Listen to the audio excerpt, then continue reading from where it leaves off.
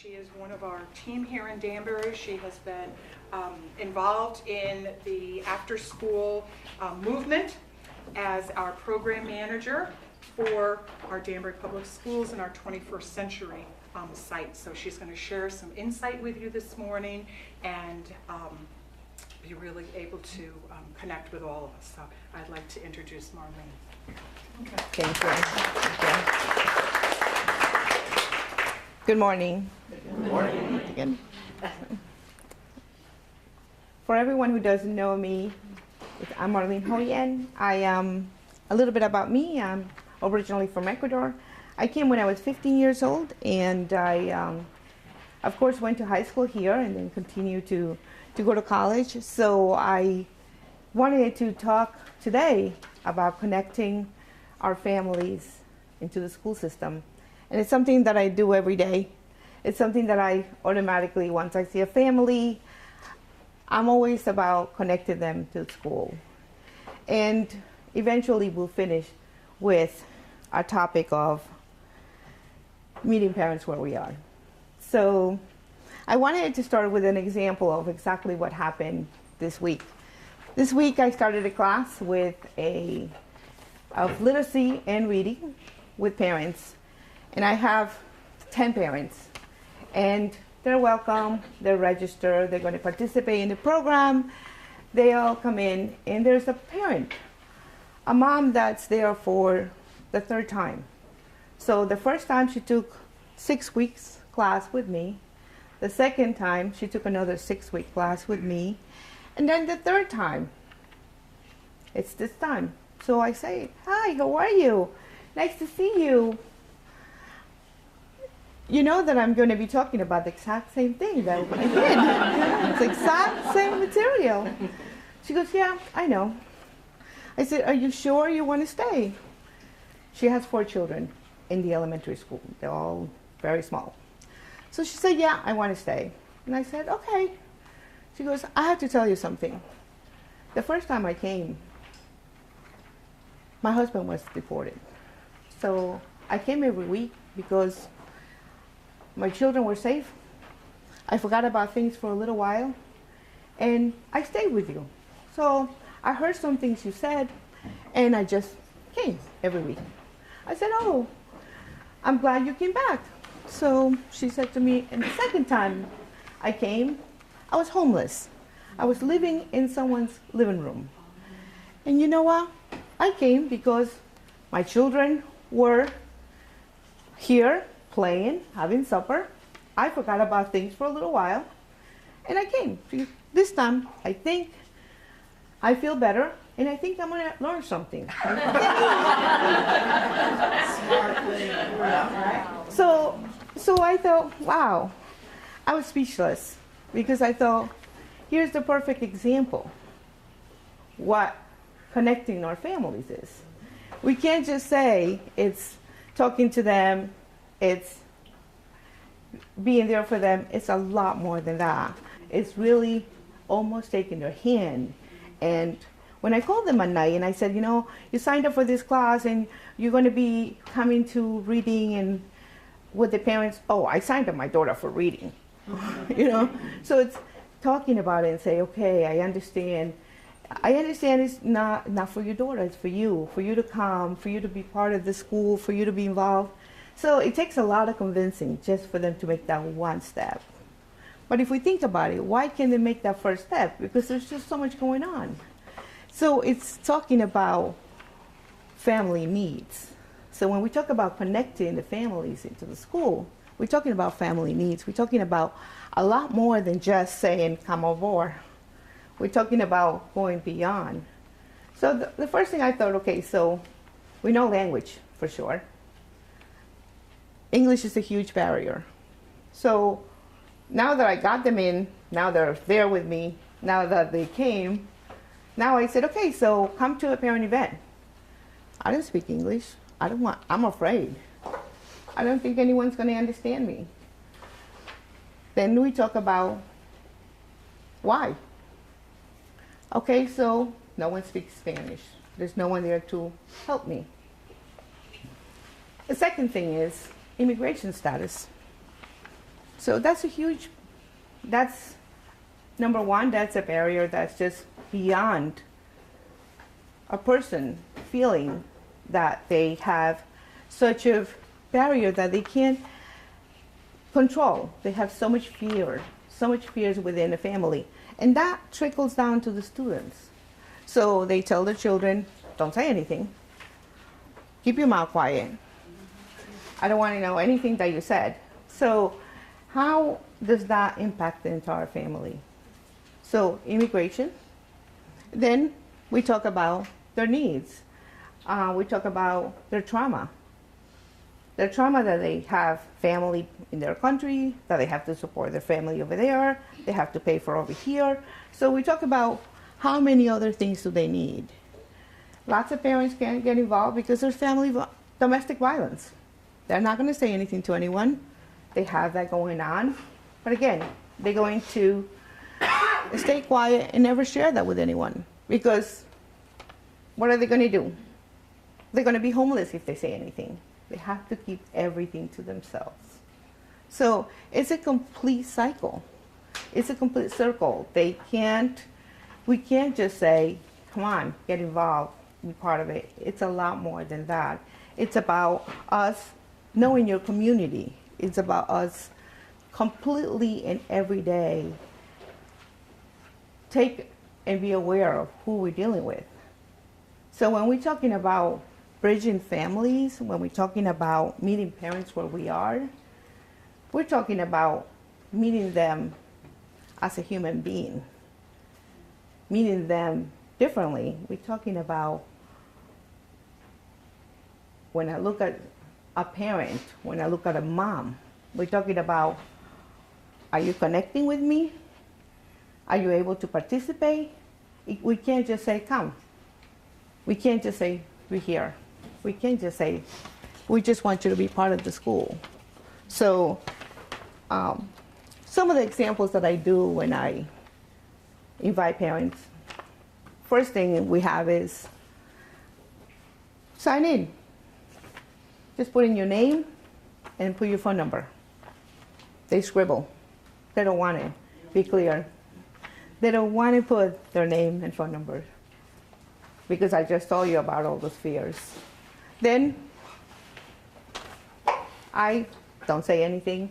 I leave it because I know already that there's a fear. That gave me that cue. They don't want it. The next thing is, come on in. Let's have. We're going to talk today about this. I give them every single time 5 minutes, and I say we're going to have an activity. In your table, there's paper, there's crayons, and there's coloring books. So everybody knows this is a group of parents that I have in the group. I have 4 tables, and I have crayons and coloring markers. They look at me like, okay, everyone. In every class, I must have an activity for the parents. And I said, okay, today we're going to do an activity where you're going to color and tell me who you are. So what do you love to do? Oh, I love to color. I love to dance. Another mom may say, I love to cook. Oh, I love to clean. Okay, so your activity is draw yourself. You have 5 minutes. Draw yourself, color it, and present it. I want to see it. And I walk around the room and I go 5 minutes and I put pressure. And, and as I put pressure and they all coloring intensely, and these are parents. And then I say, how you feel? And they look at me and I go, what do you mean how I feel? I say, yeah, how do you feel for those 5 minutes? And they said, I forgot about everything for 5 minutes. Because they were just focused on coloring, drawing themselves, doing what they wanted to do. So, and the next activity is maybe the next time, and I'll give you 2 examples. Next week, we're going to do a bookmark. And I said, here's your bookmark. You have to do a bookmark. And they look at me, and number 1, they never heard about a bookmark. They don't know what a bookmark is. So now they have to do their bookmark. And what am I doing? I'm connecting them to the school. They don't realize I'm connecting them to the school because it's a bookmark. So But if I go through and I tell them the importance of the bookmark, why do we have a bookmark? And now they realize, oh, okay. So again, 5 minutes. What we did for 5 minutes? They forgot about what they were doing for 5 minutes. So for me, it's truly another example. Now we go to the food. Of course, food is always so the huge thing. And lots of times we think about when we offer rice and beans and we offer our Spanish food, that's it, we're culturally all set. We did Spanish food for them. You know, so it's truly beyond that. So I always ask the parents, again, when they come to us, when they're doing a class or doing a workshop, is, so what do you want to eat next week? So it's their choice. So because I know that way, they're going to come back. Just remember, I'm going to say, remember you order yellow rice. We ordered just for you. So make sure you come back because it's there for you. So and again, so it's a way of making them part of it, getting them involved. The next thing I do is have a box of resources. So I have to have a box of resources because when the class finished, they said, so I just want to ask you a question. Do you know if there's English classes being offered? Oh, yep, there it is. There's English classes here, here, and here, and here you can go to. Another parent may say, you know, I'm looking for a doctor. I really need to go to a place. Yeah, there's a clinic. Let me give you some information, or let me write it down for you so you can take it with you. So it can't be just as simple as, let me just invite you to a workshop. It's a lot more than that. And so walking with a lot of resources is huge. That is the biggest connection to the parents.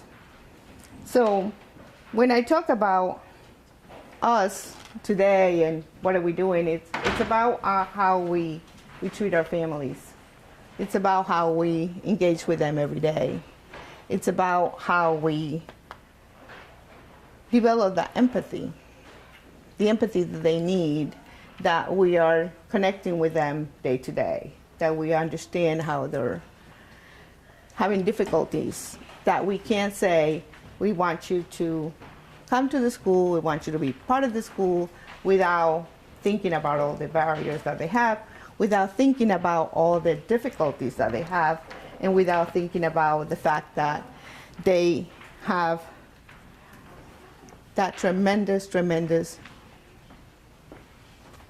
feeling of overwhelm that they have. So that's what I wanted to talk to you about today, and that's what I wanted to leave you about thinking, how do we meet parents where they are? So I wanted to ask you if you have any questions.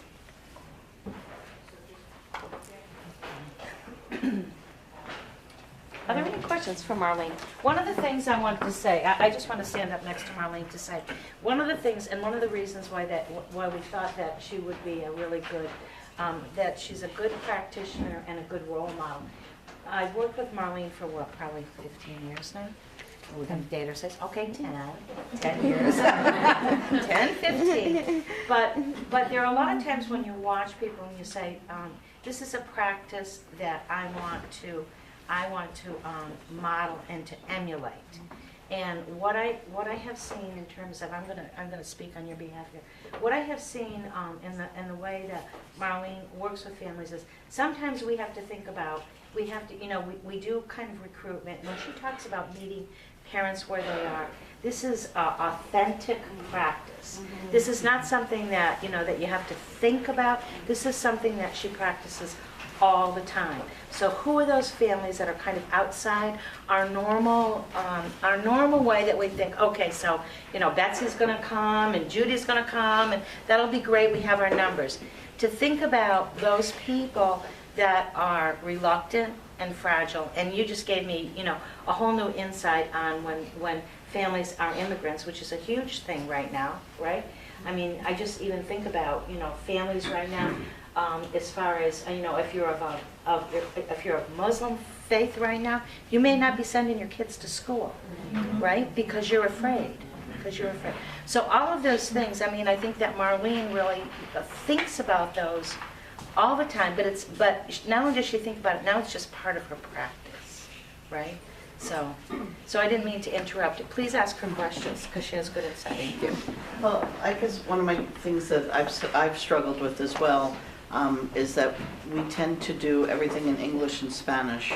And now I'm finding that there's a lot more other groups out there that I find are not coming to things because they're not connecting with either group.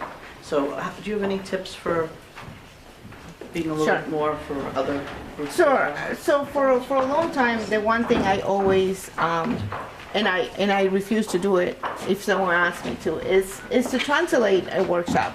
So when we were asked to translate, it's just so difficult. Number one, the Spanish families were not sure what they heard. The English families are tired because this is going on and going on because we talk a lot. It's going on, it's going on, it's going on. So it's such a bad feeling that it's just not, really, it's not a best practice. For families to be able to understand, it's really important that it's done, the workshop in Spanish and then the workshop in English. So that will be the recommendation that I have. I was saying, like, now we have like a large Brazilian population and we have 2 different dialects of Portuguese. So then that's what I'm saying. It's very hard sometimes to find people to come in and do all the different workshops. groups that we need to have done. I definitely invite Brazilian families to. They always understand it. They may not be able to, but they do come. Not a lot, but and I talk in Spanish and I sit in the front, try to understand me as much as possible, because it's easy to understand. That would be something. Sure. Thank you for sharing. What I'm hearing from you, that any group, anyone that work with families can apply your philosophy because you respect the people that you come in contact with. You listen to them and you get to know them and you help them. And that's what all of us are in a position to do. English, whatever. So it's not a special group. You're working with a special group, but any of us can apply your belief and how you treat people that you come in contact with. That's what I'm hearing. Absolutely, absolutely. And the reason why I use my example is basically because I work with a lot of Spanish families, and which is always the hardest population to reach. So, but it's exactly what you're saying. It's about having that trust and that connection with every family. So Marlene, what I'm hearing is this sort of has a lot to do with sort of Maslow's hierarchy of needs. So we may be thinking that we're having a workshop on children's literacy, but really the parents are just like thinking about how I'm going to pay the rent this month, how I'm going to pay my heating bill, etc. So do you think we should blatantly address that in workshops, or should we still be focusing on children's literacy but letting that other stuff sort of come out as part of the workshop, I guess, is my question. Should you be saying, what are you thinking about right now instead of your children's literacy, or should we just sort of let that seep into the conversation as they feel comfortable? You know my question? See what I'm asking? Sure. And there's really not to me, a correct answer, because you still don't know who you're going to have, who's your audience in that group. Mm-hmm. You may have 5 parents who are really there for the literacy component, who are there listening, who are there going to practice, and you may have 5 who are not. Mm-hmm. And so and that's something you can't say, tell me where you are. I think it's very hard for families to open up. I gave you the example. Right. It took 12 weeks. Yeah. But is it maybe, would one thing maybe be to just give people an opportunity to just sort of connect with each other and mingle with we did these Help Me Grow community cafes last year, and I think what the parents get most out of those is just talking with other parents about their issues. Should there be a sort of free conversation time maybe as part of some of these workshops, or? I do have the half an hour, so it's 6 to 6:30 is supper. Mm-hmm. And they sit and they mingle, and some of them have never met each other. their kindergarten parents, for example, and the way they connect is because now the kids go, hey, Joe, you're in my class. Yeah. So now the parents look at each other like, you're in my class. So that's the connection that takes Children, place. yeah. And then when I bring the parents together to the room where I'm meeting them, now those kindergarten parents sit together. So you see that model that right away they connected just from that supper time. But it might be good to have one parent, and so again, I'm thinking about like our community messengers, who is the sort of, so if there is one parent there that knows how to connect with the resources, you know, maybe you could plant a parent in some of these workshops who's better connected with resources and they would feel comfortable talking about it. I don't know. And they do eventually help each other. Okay. And they definitely make a connection. Some of them a lot better after 6 weeks. Some of them become friends. They go play groups. They meet outside in the playground. So it does happen, but it's just little by little. Don't forget that we have thousands of families in Danbury. So for me, Different countries. so for me, even if I just and again in my workshops, I'm talking about. So attendance is really important in the school. So I'm always introducing little topics about the school system without they realize. So I'm talking about just little things all the time in there. So one week will be attendance, the next week we'll be going on vacation. You got to plan your vacations when it's not school time, you know. So addressing all these little issues that you can't directly, I can't come out and say, well, this is what should be done, because it won't happen. It won't work that way. Thanks, Mark. So. And have you made any attempts to get out to them in an environment before they're coming to us? Because if they're coming to you as a parent for a school, they've already been, at some point, come into the community, and I know you're Ecuadorian, there's an Ecuadorian social club in town. Have we made any outreach, or have you made any outreach to go to them before they're coming to you and self-identify as a parent of a school child? Because if they have a social group where we could present en masse to the adults, is that a valuable thing to do? I don't know. I mean... So I'm going to use the Ecuadorian. And so the social work is social. Right. So when they've tried to present workshops, it's just very hard because they bring their children. So now their children are running. Right. And they can't figure out what they have to do.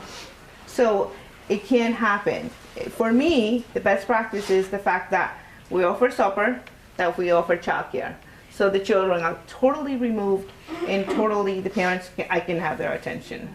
So they have tried at the Ecuadorian Club, but it hasn't been effective. It hasn't been effective. No, Okay. no. Marlene, I have a question. So for instance, I'm thinking PTO. I'm thinking that in a perfect world, it would be great to have PTO done in English and PTO done in Spanish. But we can't. So for that, do you feel that it would be more beneficial for the parents to do the translation, even though it is lengthy? And unfortunately, sometimes I feel that, we lose some of our English-speaking parents because they have to stay with the translation, right? So do we do the translation as it goes, or do you think that maybe conduct a PTO in English, and then for those parents that still need clarification, maybe have a translation afterwards? What do you think? I mean, would that, it would be lengthier for our Spanish-speaking parents that may need that clarification. What do you think? And that's what I've done. I've actually sat in the PTO and I said to the parents when they arrive, at the end, I'm gonna be writing down notes, Okay. and I'm going to summarize for you what took place. If you understand, I want you to listen and try to understand as much as you can. Don't forget that we always understand first. So when we come here, we learn English, we always going to understand first. The last thing we do is talk. Yeah. So we understand everything. So most of them understand, but they're not able to express. So I take notes, and at the end I said, is there something you didn't understand? Is there something that you want me to talk to? Yeah, I couldn't understand about how is that money going to happen for them to put padding in the gym. I don't understand what that is. I don't know the word, what that means. So and then I go, okay, so that's going to be padding, and that's they're asking to vote for the money on that. So, and then they feel good. And then the English parents don't feel like we're also talking while they're talking, because if you're translating while they're talking, they feel like there's somebody talking behind. So it's just very hard to do, but that has what I've done. I've done that, tried that. I have a question. How do you address people's fears about their immigration status? Do you say that this is a place where you're really not concerned, or do they just not want to talk about it? What makes them more comfortable? So when they sign in, they don't want it signed because they don't want me to know their name and their phone number. You know. I know it. I don't say anything. So I said the next time is, can you, I could not call you last week because I could not understand your name and phone number. I really need you to put your name and your phone number clearly for me. And then I say, this piece of paper is not going to go anywhere. This piece of paper is only for me, so I'm going to be able to call you and remind you to come to the class. So there's nothing else. It's only for me.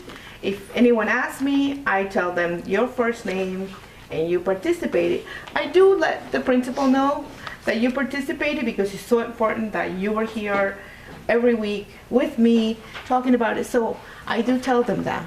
But that's all we're going to do with this information. So now that sets a different tone, because now they're like, okay, so my information is not going to be going anywhere.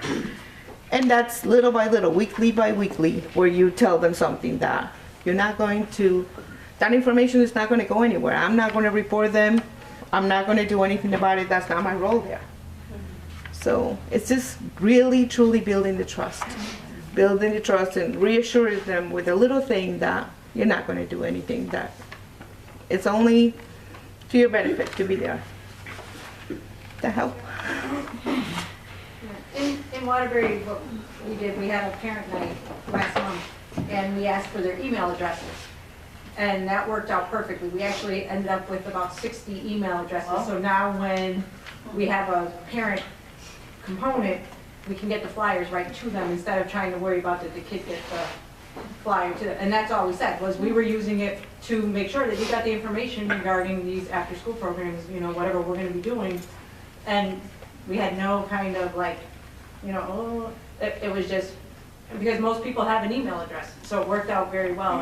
And, you know, now I have them all on a parent mailing list. So, you know, and I just send it out as a blind carbon copy, so nobody ever sees who's on it, you know, and it's just nice. So that's another option, is, you know. They were way more willing than phone numbers. That's really good. Some of the after-school parents that we serve, it's really hard to get them for that email yet. I mean, it's still a work in process. We're still trying to say in the registration, please put your email. It's still a work in process, but it's eventually I think we'll get there, but it's still hard for us in this community. Hi. Hi. I just wanted to say of an asset that we have again in Waterbury in the bilingual department. They're headsets. So they're headsets that we have someone there that's going to speak, let's say Spanish or other language. So I sent home a flyer and I put on the bottom of, if it's a literacy event, if it's a math night that we're having, se habla español. So again, I know the languages of the families, so I know if I need anything else, they know to come to me. So once I know that I have about 2 or 3 parents that are going to have an issue with the language that day, I have our ESL teacher to be there to translate. So I've tried this at different occasions, and it's a real, like, it's an asset, because they, at PTO meetings I've tried it at coffee hours. So it's able to, I don't have to go back and translate anything. They're getting the information that one time. And they're feeling comfortable to be able to come to an event knowing that they're going to understand the language that's going to happen that day. So they get all the information just like everybody else at one time. Thank you. And that is definitely something we have in Danbury Public Schools, and that in a lot of meetings that Danbury Public School does that, they have that simultaneously done, where the translation happened, and some parents engage with that, and some parents would come to me and go, I I feel strange. I feel segregated. I hated that everybody was looking at me with that. So it has a lot of different feelings and different ways that people interpret it. Some people love it, and some people, unfortunately, say to me, I don't want to have those things on. So, again, it has to do with knowing your community, because in your community it may work, but it may not work in our community.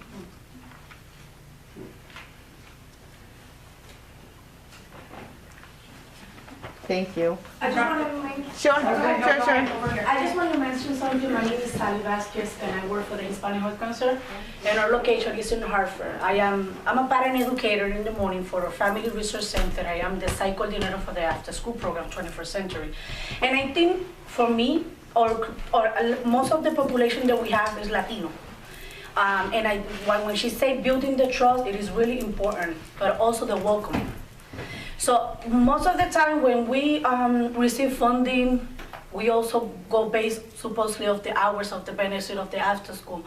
But I think it's like you say, like the need of the community. Like, for example, I'm the person who welcome all the parents in the morning with their school principal. And I don't work for the school. I work for the community agency. But I also the person who's in charge of the after school program that are target, like we have like more than 100 students in our after school. So when I'm there and they see Sally every day in the morning, and also we have the resources that you do that welcome in English and Spanish. So when you have those workshops, is how you welcome those parents, what resources you're gonna have available for them. So I think for me, the key for that population, for the language barriers is that, giving the options. English, Spanish. I think that translation for us is really important, and also give the choices to the parents. You want to come in the morning workshop, it's in Spanish, or you want to come in the afternoon, it's in English. How can you feel about that? Resources, all materials that we have in our FRC and our after school program is bilingual. So I think that key, that welcoming, how you feel coming to that school, that you see that resources right away. So that's really important. That's a really key that we have in our center. Paula, we have another FRC of the Asian Studies Academy. Our staff are bilingual. She also welcoming parents over there. We have an after-school program in another school in Ramon Emeterio Betances. Our family, our staff is totally bilingual. And that welcoming and that dismissal time is about quality service that you have for the kids, but you cannot miss that part with the parents. If I'm teaching your child how to read in the afternoon, one of my goals for me as a parent educator is to teach you how to understand those books that you're taking home. So that part of targeting those 100 participants that I report in my after school program, but also my goal is to serve those parents that don't understand the language, just because I don't have the time. I work too much. And our Latino population, yes, single mothers who got 2 or 3 jobs. And they don't have the time because they need to support a big family. But they always look for that. We also have a home visitation program. You cannot come to us, we go to you. So I think that's a really, really key right there, like she said. It's not about providing the service. Yes, I have to target 20 parents to family read, but I also have to target those parents to put food in your table and provide some resources for you. And that's something that we do in our school. Like that key component that you have with administration in the school, that support, that connection that you made with the school. For example, our school governance that we have in the school, the chair of the school governance is part of my after school program. She represents the parents. And she's one of the advocates that I have for the after school and also for the Family Resource Center. So we identify what is the need to cover our families. They grab me and they say, Sally, can you be the site coordinator for this because you've been in the Family Resource Center for the last 3 years and you have the connection in the school. So I think that welcoming part is really, really important. That translation, that's something that you cannot miss, because all Latino families or Hispanic family, it is really critical. And the immigration part, like she explained, that's stuff that we cannot close our eyes. They can feel welcome. They can feel like I have a place that I can go and I can get the resources. So that's, a little bit of share what we do on our side. Thank you. Thank you. Yes, and I also feel it's important that we empower the parents, that we need them. They are the ones, because our Latino families say, I don't know the language, how can I help? You can help, you can read to them in Spanish, you can ask the question in Spanish. We need you, we need to get them involved, because if not, it's like, I don't know, and they back off. We need to help we need them to help the children too, so they participate in the education.